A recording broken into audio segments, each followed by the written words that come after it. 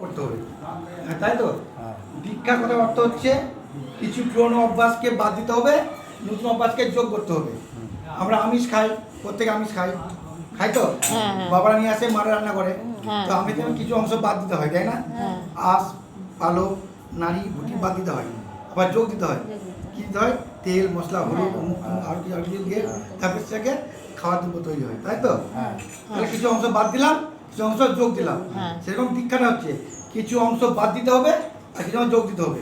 এবার নতুন কিছু যোগ করবেন, পুরোনোকে বাদ দিবেন। তা কী বাদ দিব, তাই তো? বাদ দিবেন কি? এবার চান ধান করে এসে গো খাবার দাও, এসে বসে খেয়ে নিলেন, এবার এই অভ্যাসে বাদ দিতে হবে। এবার কী যোগ করতে হবে? এবার একটু ভগবানের কাছে বসে একটু জপ করে তারপরে ভোজন করা হবে। এরা যোগ করলেন, ওটা বাদ দিলেন। এটা হচ্ছে দীক্ষা। আর দীক্ষা কি জিনিস? গুরুদেব যা বলবেন তা আমি অক্ষর অক্ষর পালন করবো। বাবাও কিন্তু গুরু, বাবা আদেশ করছেন, গুরু আদেশ করছেন, আমি পালন করছি, সেটা কিন্তু গুরু, তাই না? তাহলে ওইটা হচ্ছে।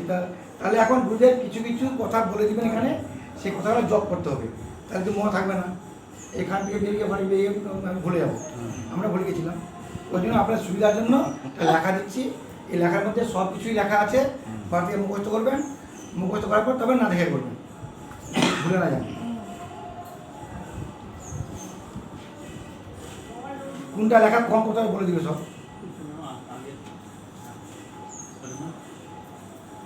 তুমি কি বাড়িতে থাকো না বাইরে পড়াশোনা করো? বাদ না, আর তুমি কি বাহাতে লেখো? অনেকে আছে, অনেকে বাহাতে লেখে, এমন লেখা লেখে সে দাঁড়াতে লেখা হবে না।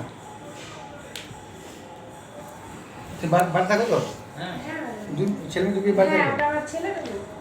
যদি কেউ বাইরে থাকে, ফ্যামিলি দূরে থাকে, তাহলে